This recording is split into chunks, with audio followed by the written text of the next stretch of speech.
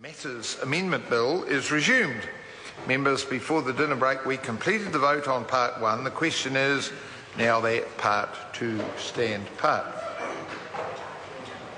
A point of order, Charles Chanel. Thank you, Mr Chairman. Mr Chairman, in an eagerly anticipated move, I seek leave to table a letter on behalf of my colleague Moana Mackie, which she wrote to the Honourable Peter Dunn on the 31st of October, making clear Labour's position on the points that I dealt with in my earlier speech. Right, leave is sought for that purpose. Is there anyone opposed to that course of action? It appears not. Leave is granted. Point of order, Louise Upson. Thank you, Mr Chairman. I seek leave to correct a vote on behalf of the Māori Party. On Part 1? Yes, to correct two votes. First, they voted 3 votes in favour of SOP 144. That should have been 3 votes opposed. And correcting the vote on SOP 142 should be 3 votes in favour. Does that change the outcome of... No, it doesn't. No, it doesn't. No. Just want those leave is sought to amend the vote. Is there anyone opposed to that course of action? Appears not. Leave is granted. Some members seeking the call on Part 2. A very small part. Honourable David Park. A very small part. But if the chairman had read the part, he would see that there is a change to the definition of layer hens. Yes.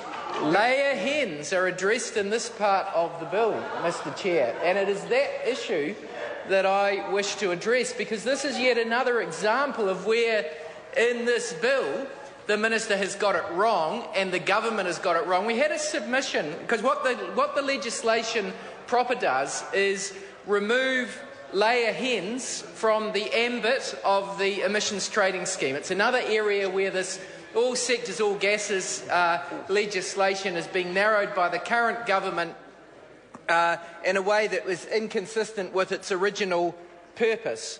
And the logic that they gave us in respect of removing layer hens from the emissions trading scheme legislation was that it was over-regulation. And they said that layer hens should not be included in the emissions trading legislation. And we pressed them a little bit at Select Committee on this, because I was sitting on Select Committee, and they said when the organisation, the Egg Producers Federation, came along in support of this amendment to remove layer hens, they said, oh, we're all little ma and pa businesses, and therefore this is a big burden for us. Or they didn't say all, they said we're made up of lots of small hen houses. And so I asked them, I said, well, are the big corporates in this, the mainland poultries and the people, there'd probably be half a dozen firm that the old 80-20 rule applies, probably 80% of the layer hens are probably owned and the eggs come from a small number of corporates. And so the idea that this is somehow a large compliance cost for the largest egg producers is a fiction. So if the Minister wanted to remove the smaller egg producers from having some obligation to account for their greenhouse gas emissions, why didn't they do that? Minister, why didn't you just exclude the little ones and leave the big ones in? I can't understand that. I asked the Egg Producers Federation when they came in, because they said, look, we're not big greenhouse gas producers anyway, and in fact, for the unit per unit of output, for unit of protein that's produced, hens produce lower levels of greenhouse gases than ruminants, they told us. So the obvious thing here would be, if you wanted to get a rational response here, where people were actually reducing the pressure on the environment, you would actually have a price signal here, and somewhere someone will be buying and eating eggs instead of a lamb chop. That's what this is meant to do. And now you can't regulate for this sort of thing. That's why you use prices. That's very, very rural of me, is it? Well, no, this is actually this is why we have a price on emissions, so that you don't have to regulate everything. This is why we're meant to have a price. And what this does in this Part 2 is, because they're now taking layer hens completely out of the emissions trading scheme, that's what this Part 2 does, because it revokes the definition of layer hens.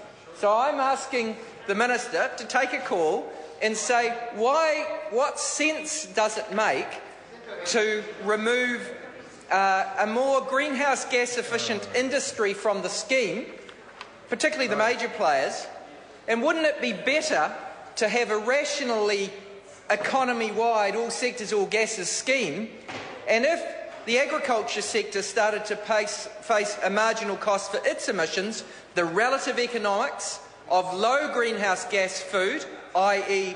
layer hens, and the eggs that they produce would be improved. And that's exactly the same theory as we're applying in other parts of the economy, where we're still keeping a price on petrol, where we're still keeping a price on emissions from steel, and so the cost of aluminium, so the cost of an aluminium ladder somewhere in the economy is slightly more expensive than a wooden ladder, and somewhere someone's building a wooden ladder instead of an aluminium ladder, or a wooden product some kind compared with an aluminium product. And that's what emissions pricing is meant to do.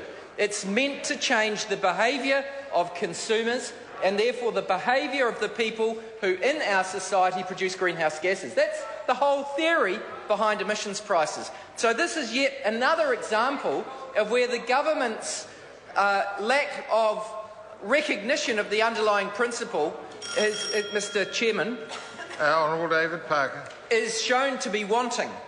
And again, you ask, well, why are they doing this? We know that from the evidence at Select Committee that eggs are low greenhouse gas goods relative to other sources of protein. So why are they having to exempt eggs? Because they've effectively exempted agriculture. That's the underlying reason. If you put agriculture on the never in respect of agricultural emissions, and you didn't deal with eggs, you would effectively be prejudicing the egg industry, which is lower greenhouse gas emissions than the ruminants. You'd effectively prejudicing the lower greenhouse gas industry, the egg-laying industry, the layer hen industry, compared with the agricultural sector. So this is the knots that the government has started to tie themselves up in because of the idiocy of their original proposition, which is that there should be no price in agriculture. So not only do we still have a cross-subsidy in these other sectors, like we, as consumers who are paying for our petrol and our electricity emissions, and the industries that have a lot of electricity consume a lot of electricity or use a lot of fuel. Not only are they effectively paying a cross-subsidy to the agricultural sector, who are getting no price on any of their agricultural emissions, we're creating all of these second-round inconsistencies and complexities, and we're getting this over-regulate, this sort of maze of regulation and consequential amendments that is necessary as a consequence of the government getting it wrong because they've gone away from the fundamental principles of the original legislation, which is the lowest way to reduce your emissions in a country is to have a price on all emissions and let the market sort out what is the most efficient way of reducing emissions. And if that means somewhere that the cost of eggs is lower relatively to the cost of a lamb chop, well, that's what should happen, because that's what the price signal is meant to do. And as a consequence, because somewhere someone would be eating an extra egg instead of a lamb chop, New Zealand's emissions would be lower. And that would, I know it sounds a very arcane argument, but that would be the cheapest way to meet our environmental obligation and reduce emissions. Mr. Chairman, I look forward to the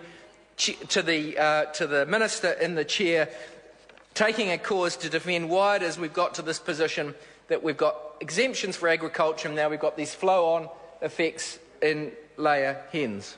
There you go. That's a call on part 2. Is that part 2 stand part? Those of that opinions will say aye. Contrary, no. The ayes have it. A party vote. The clerk will conduct a party vote.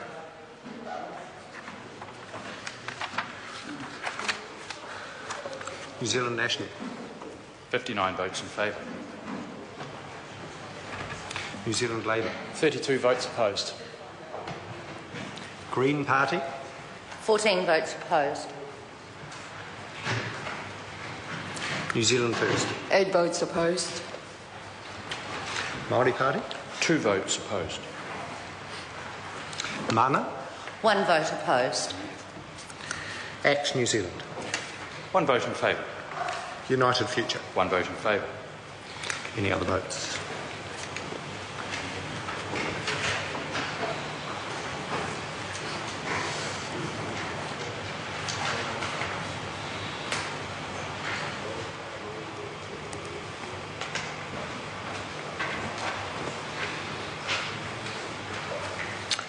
The ayes are 61, the noes are 57. Part 2 will stand part. The question, we move to the schedules, and the question is that the Minister's amendments set out on SOP number 145 be agreed to. Those of that opinion will say aye. Contrary, no. The ayes have it. Party vote. The clerk will conduct a party vote. New Zealand National. 59 votes in favour. New Zealand Labour. 32 votes opposed. Green Party. 14 votes opposed. New Zealand First. 8 votes opposed. Māori Party. 2 votes opposed. Mana. 1 vote opposed. ACT New Zealand. 1 vote in favour. United Future. 1 vote in favour.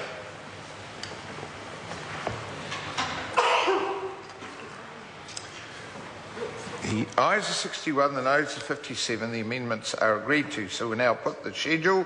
The question is that the schedule as amended stand part. Those of that opinion will say aye. Contrary, no. The ayes have it. Party vote. The clerk will conduct a party vote.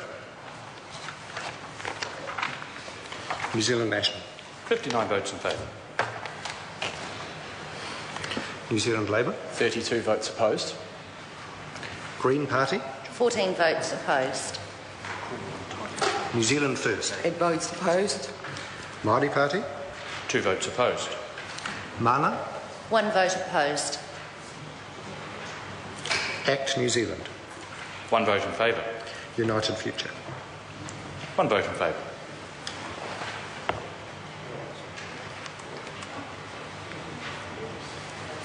Ayes are 61, noes 57. The motion is agreed to. We move to clauses 1 to 3, and the question is that, are you seeking a call? Chair. Mr. Chair. Oh, Sue Moroney. Thank you, Mr. Chair. Clauses 1 to 3. Thank you.